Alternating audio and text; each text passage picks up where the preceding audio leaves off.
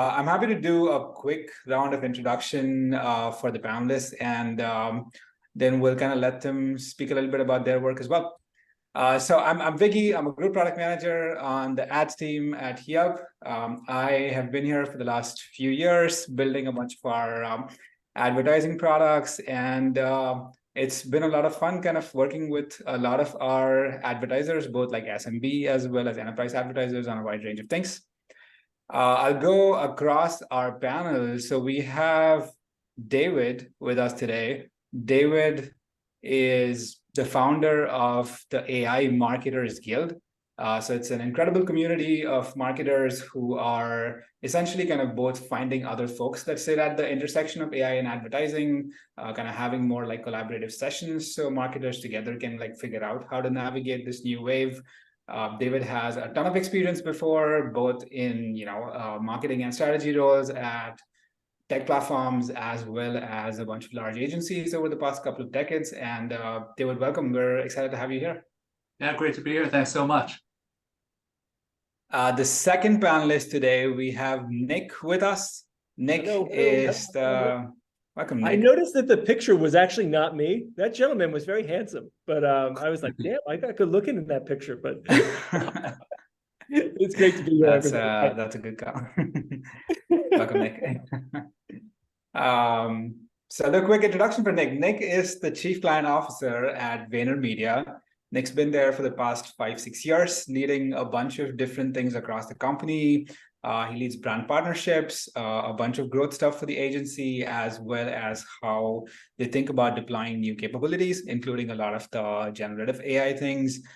Nick spends a lot of time on the creative side of things, so I'm kind of excited to see some of the insights that he has there as well. And he spent a bunch of years at Saatchi before this. Nick, welcome again. Welcome. And I heard we're the last thing of the day. So, thank you all for staying tuned with us. We hope to keep your attention and have some fun today. Thank you. No pressure, Nick. No, let's have some fun. All right, the third panelist we have today, Joshua, welcome. Joshua is the co-founder and CEO of HeyGen. If you've not played around with HeyGen before, it's an AI video platform. A lot of Joshua and his team's focus is on how do we lower the cost of content creation, especially for creators and marketers who want to create a lot of high quality video content without having to spend too much time on production and tweaking and things like that. Specifically work with a lot on the marketing and advertising front. And Joshua also spent a bunch of years at Snap Advertising on a bunch of the different ad platforms before starting HeyGen. Excited to have you here, Joshua. Hey, thank you. Thank you, everyone. All right, so with that, let's dive right in. So I want to give, let me just throw it to each one of you. 60-second spiel. We have a lot of folks here that are interested in the intersection of AI and advertising. Give us like a 60-second spiel on how the work that you do on an everyday basis ties into the world of AI and ads. Maybe we start with David. Sure, happy to dive in. So there are a number of ways I'm looking at this, and I come more from Nick's world. I've been at 360i, MRY under Publicis, and so where I really got focused on emerging tech was trying to translate waves of social and mobile and Internet of Things and all this other crazy stuff to our agency and to our clients. And then I started working more on the product and tech side, and so just been trying to connect a lot of these worlds.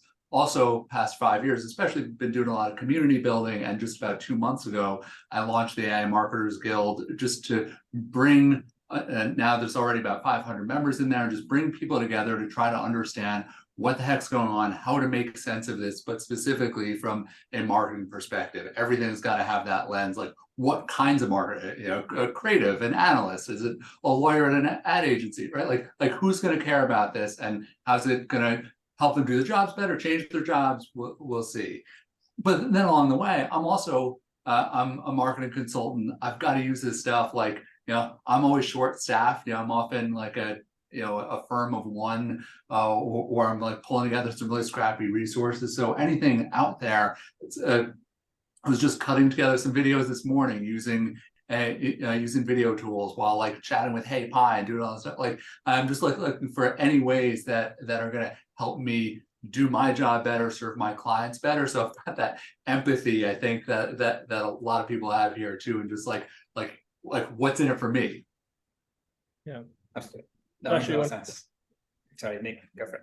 Oh, sorry, Josh, you want to go first? I'll go. I'll finish this No, up. you go ahead, Nick. Oh, cool. Nick Miaritis, everybody. Hello.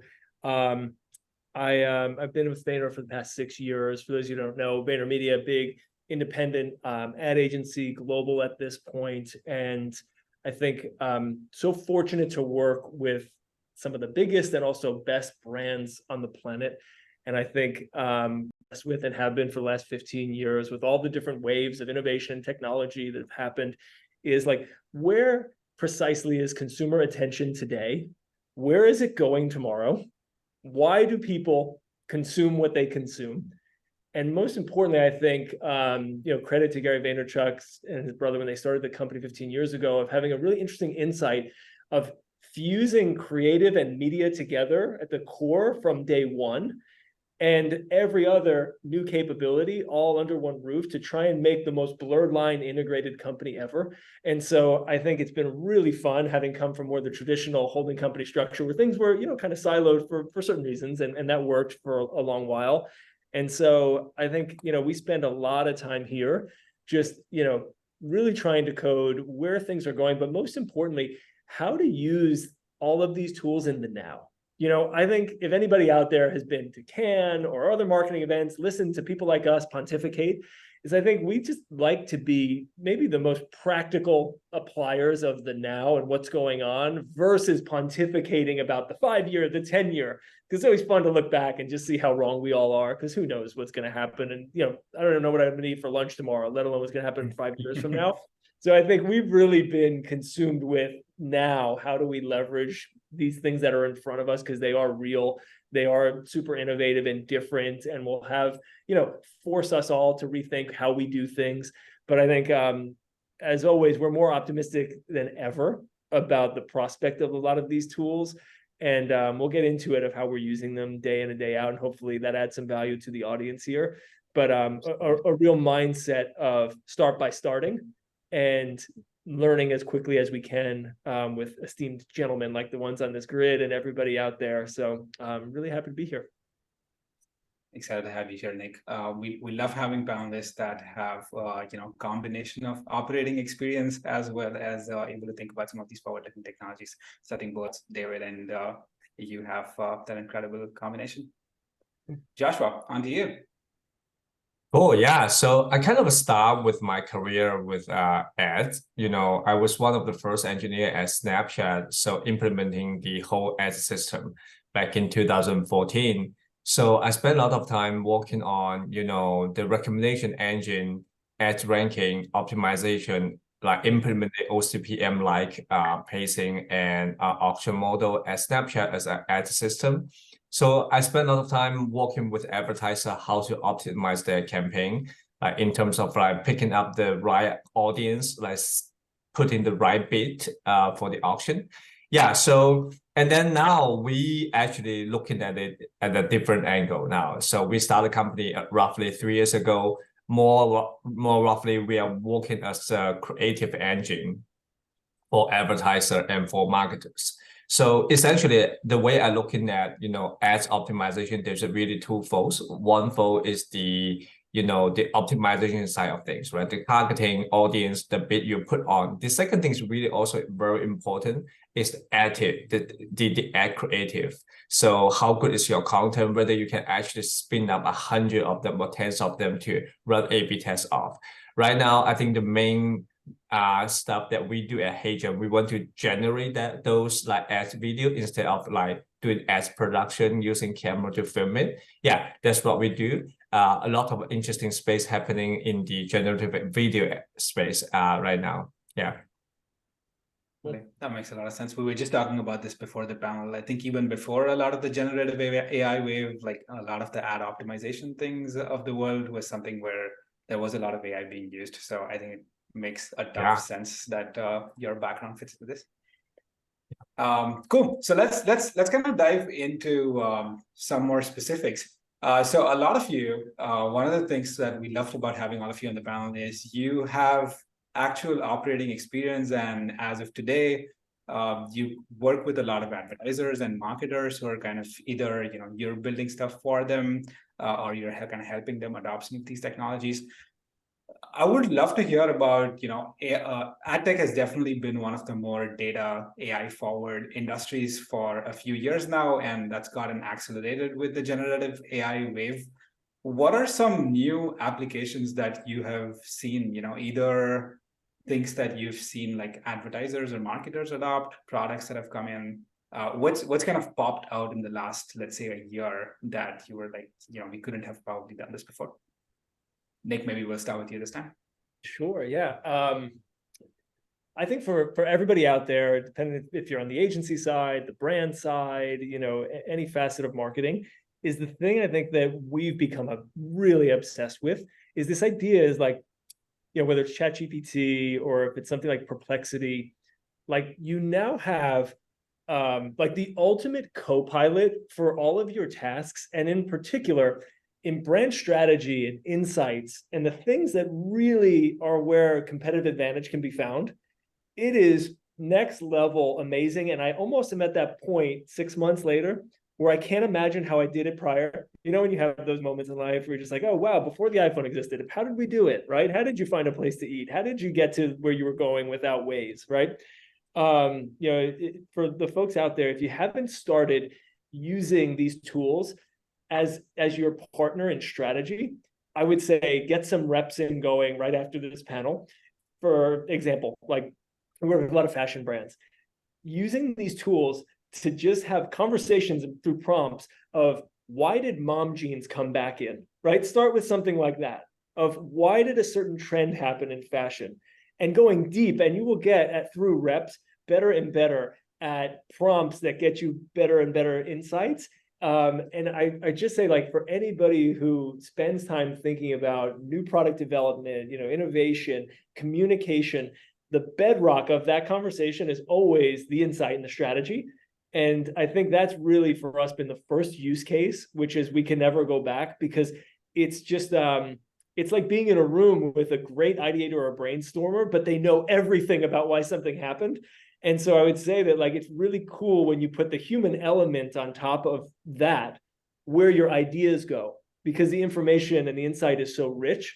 And so there's like a 101, 201, 301 of how to do that we're, refining each and every day.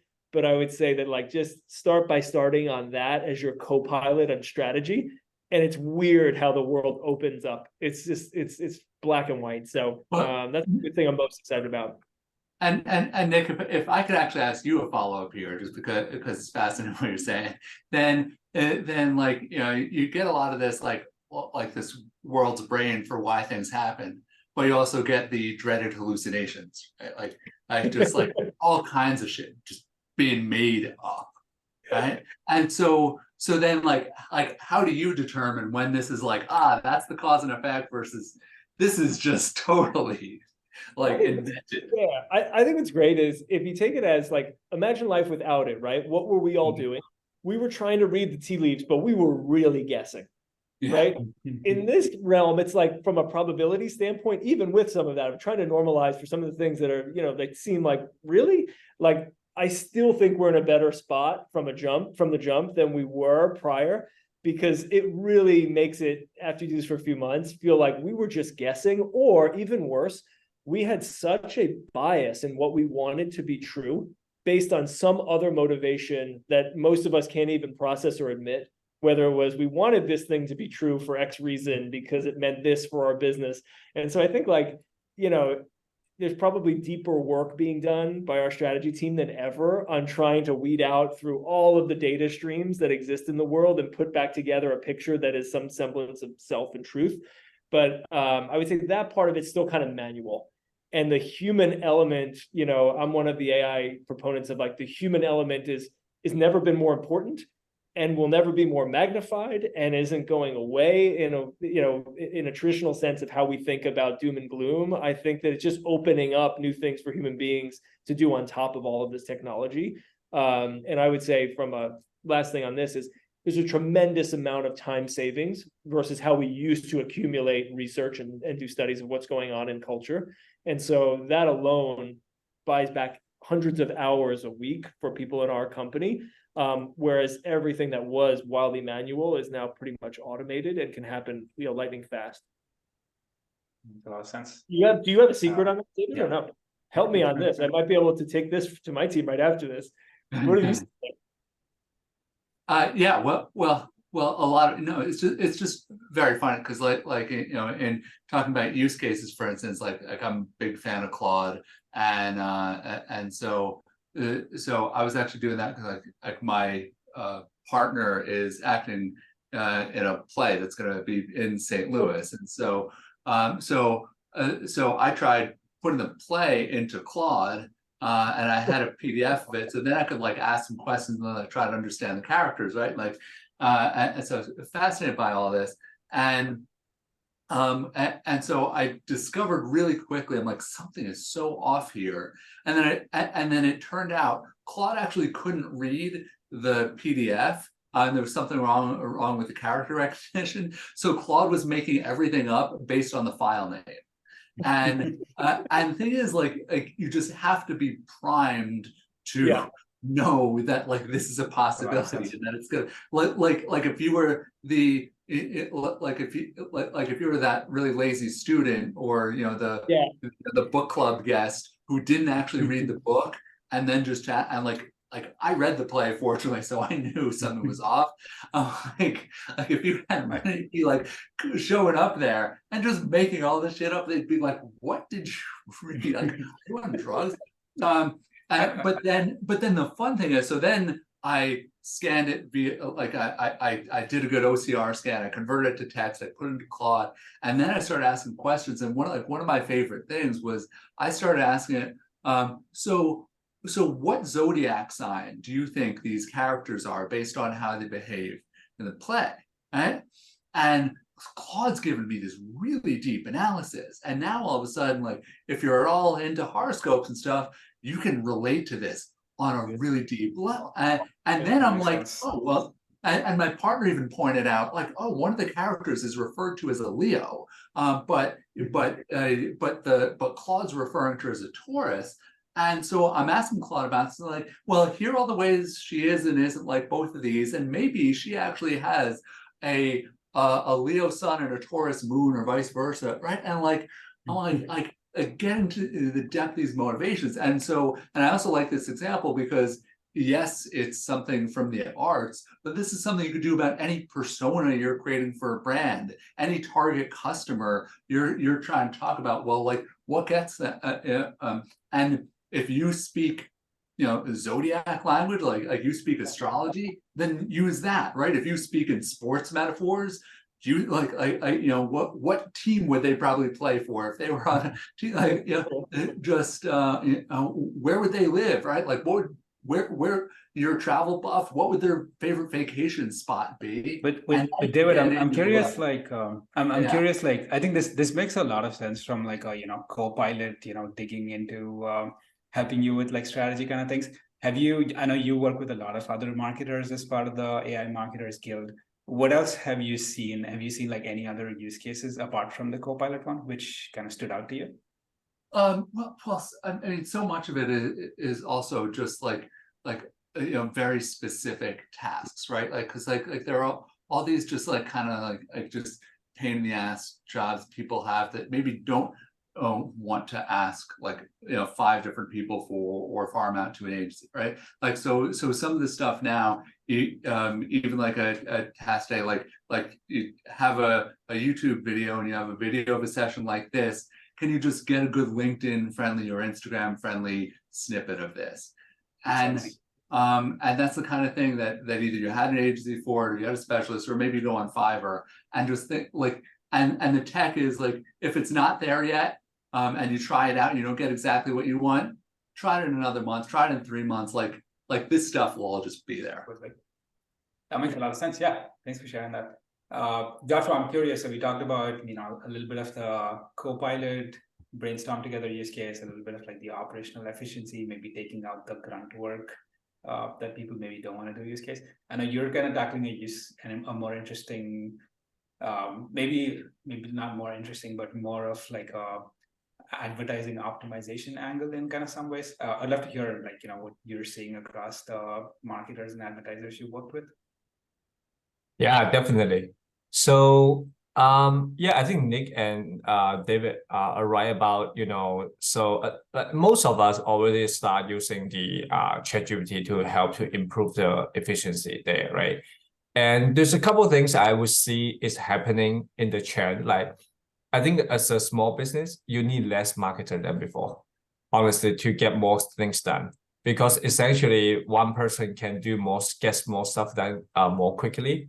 Definitely that's one trend. I think that's very unfortunate, but I think still I think the human piece is playing a big role there. And another thing is that it really puts us to think about how we are approaching, the whole acquisition channel. Like as before, I think SEO has become one of the major acquisition channel for a lot of the business. But as for today, I think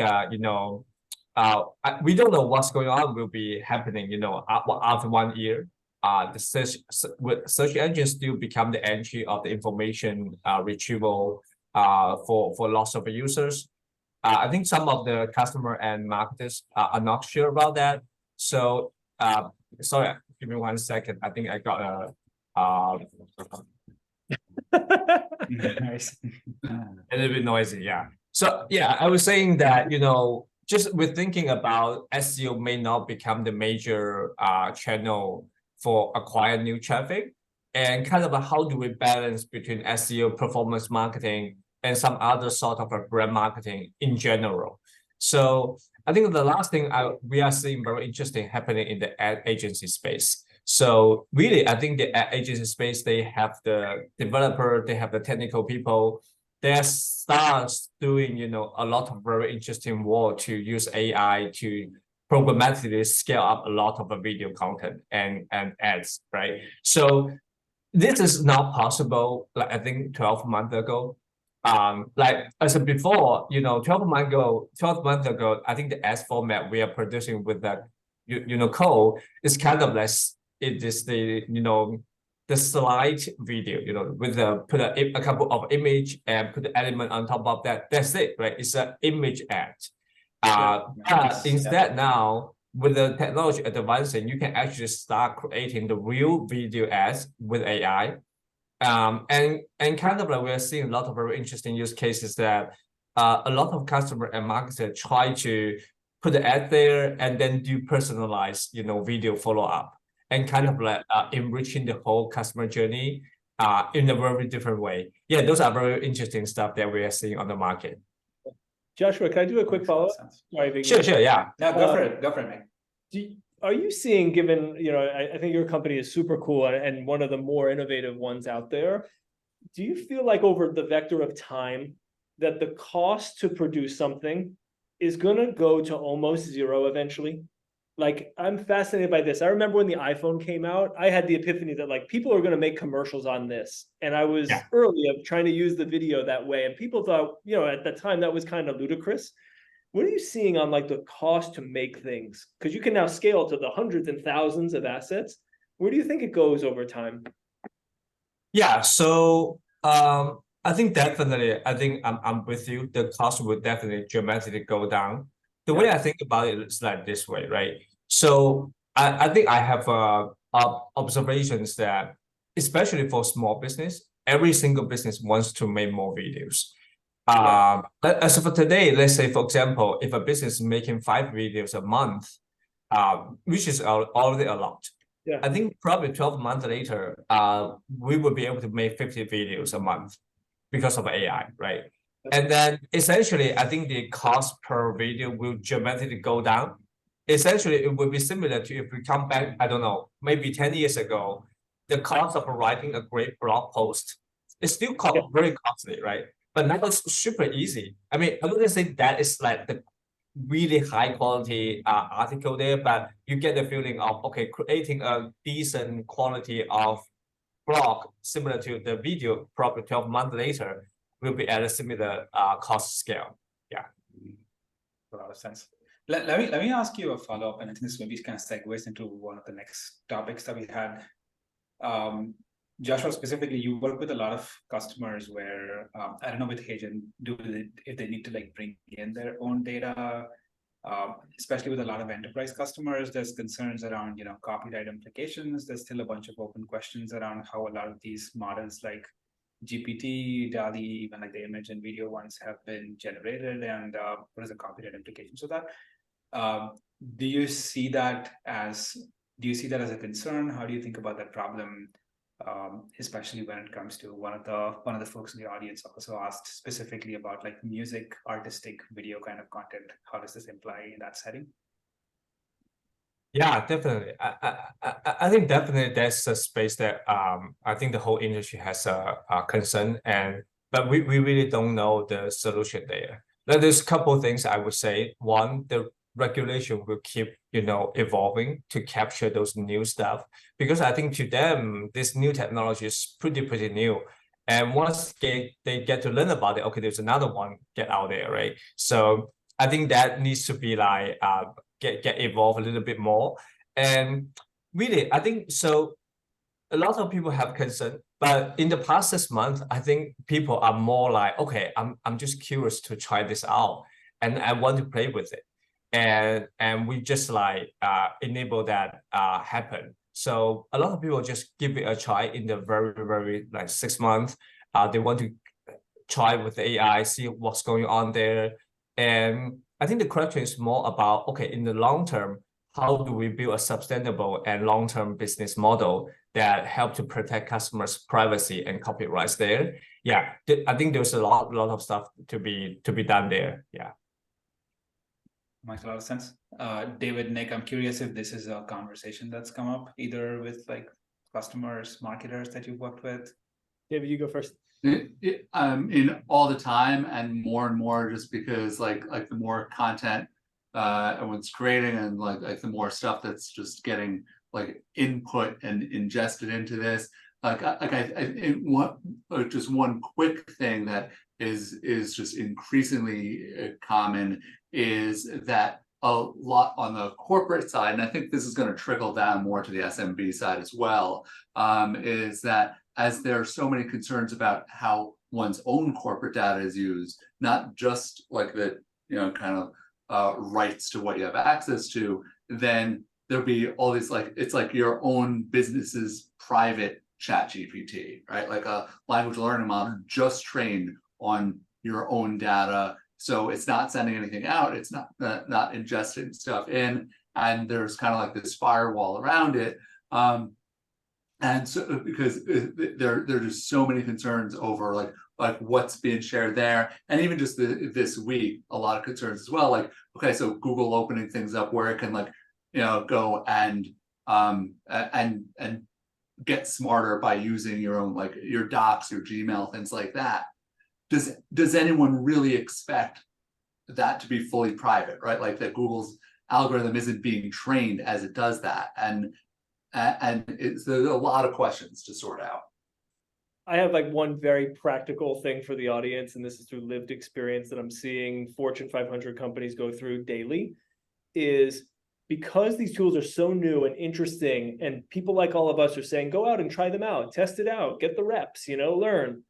We are seeing people upload information that they should not be uploading into these new technologies. And I think that if you're on the brand side, or if you're an ad agency, like there will be a new level of scrutiny about what is shared and not shared, because in order to get the best outcome from some of these new tools, they need the most viable input. And I think that that's a space spending a lot of time with our brand partners on course correcting, almost, of like, we need totally new guidelines around what can and can't be shared. And it's not necessarily as obvious as like, share numbers and super secret material. It's also things like your tone of voice, your brand positioning, like these large language models are learning off of these things. And so you must ponder the future of what are we putting in, which makes, you know, their technology better, but at the same time, what is proprietary to us no longer proprietary. So there's like a big debate going on in a lot of boardrooms on that. And I find it to be fascinating, but as a company, we're being very cautious about what we put into any of these new tools. That makes a lot of sense. Yeah. I mean, I think I was just looking at some of OpenAI's policies yesterday on ChatGPT. I do think that's probably more controls when somebody's actually using their API and they're like an enterprise client and things like that. But when you do use ChatGPT as a consumer, if your chat history is on, you're basically kind of opting into all of your data being used for training. So yeah, totally. I hear you on being a big concern. Yeah, and there are also these policies of like how you're supposed to disclose the role of AI, you know, with that, which I see basically no one do ever. Right? So that makes a lot of sense. So let's shift gears to like a slightly related question. A lot of you work with a lot of agencies, a lot of marketers, a lot of like advertisers. There's always kind of been this, you know, existential question of like, does AI take over your jobs versus, you know, how much is it like an efficiency lever? So maybe tying it more tactically to a lot of our audience today, there's definitely been like this evolution from like, you know, the Mad Men marketing days where everything was just kind of like make up new ideas versus maybe being like more analytical, like a lot more numbers, things like that in the last, you know, the last wave. How do you expect this to change over the next few years? Like, what does it mean from like a marketer skill set capability point of view? What major changes do you see over the next few years? well, We'll start with you first.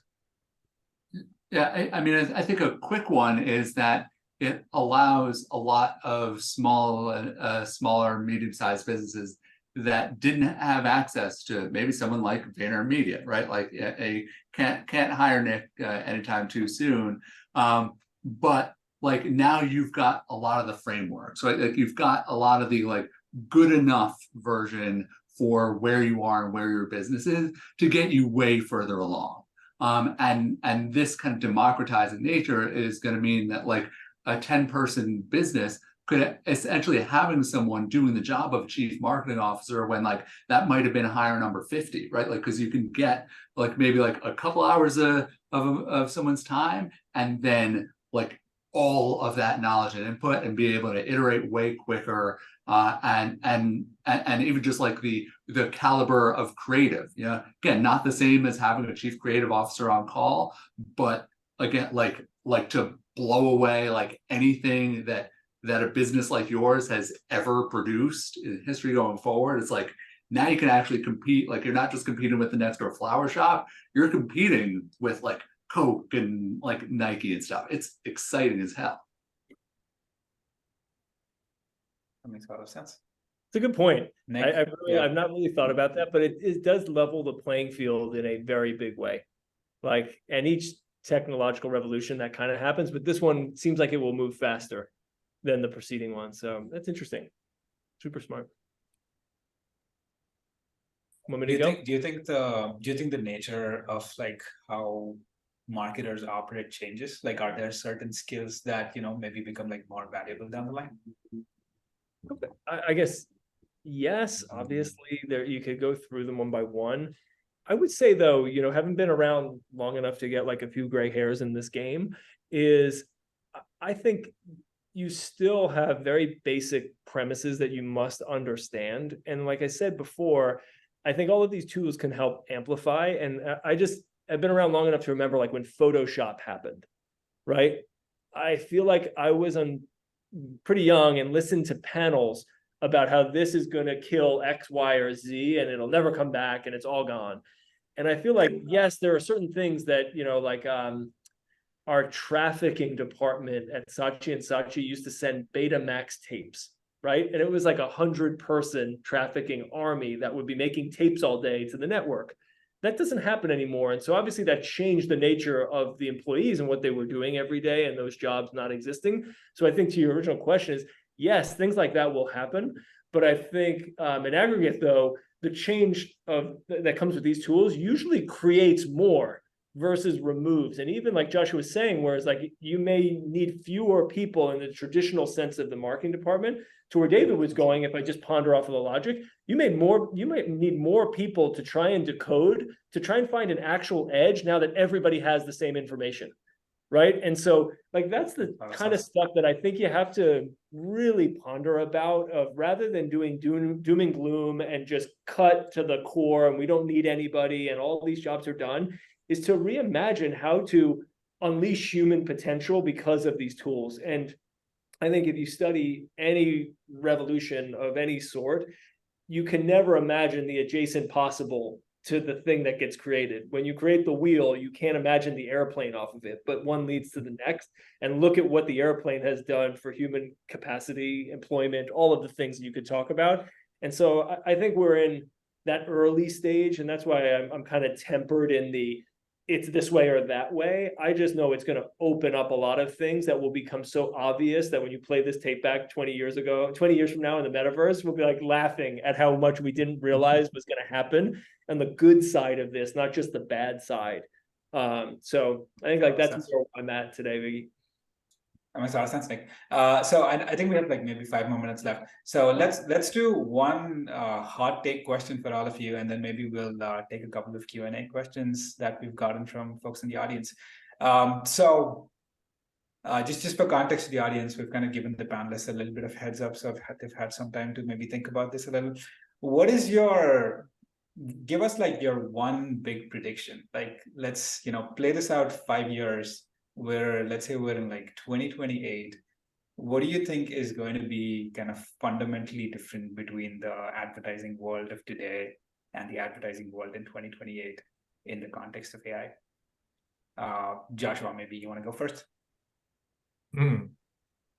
Yeah. So I'm in general very bullish about AI because I just like work at AI for 10 years.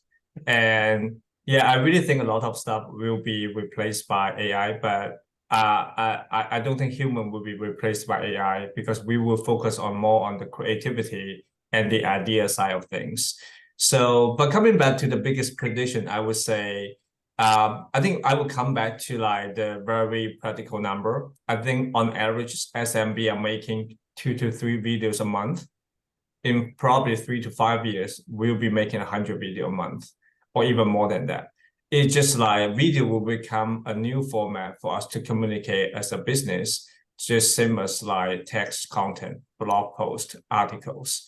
And we will have the technology to enable that, essentially making that cost down a lot more. Yeah, and then I think the whole, marketing and branding strategy will be building up around, how video, the whole video format. Yeah, that's my biggest prediction, I would say. Yeah. Got it. That makes sense, Josh. Nick, gonna go next? Yeah, these are dangerous things to do, these predictions.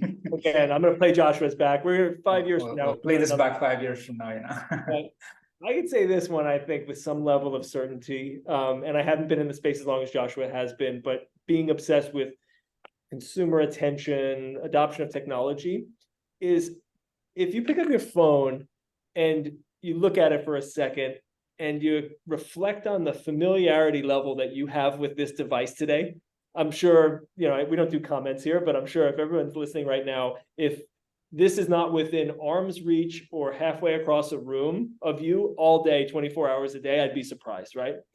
And there was a moment where that was not true, not that long ago. And I would say that on the AI side, I believe 5 years from now, the way that the familiarity of this is for us, that you never leave home without it, it's the first thing you see when you wake up, that AI will have that proximity and role in our life in a way that feels like it's almost another person that you know and love, in the way that, the movies has portrayed it for many years, like Iron Man and Jarvis or any of those characters, right? And I just feel like that level of familiarity of always having available is going to be the thing that unlocks so much of where the potential of this goes. And I think that's what you see in this very early adoption phase, like what we just lived through with ChatGPT, is that 5 years from now, people will reflect on it being like, wow, I can't imagine a time when we didn't have this. That makes a lot of sense. That's a pretty solid prediction, Nick. Thanks. Yeah, I think it's still though, it's gonna take, a lot more infrastructure, legal stuff. There's a lot more to go through before it all becomes that mainstream, but that's where I think it goes. David, let's get your prediction and then we'll wrap this panel up.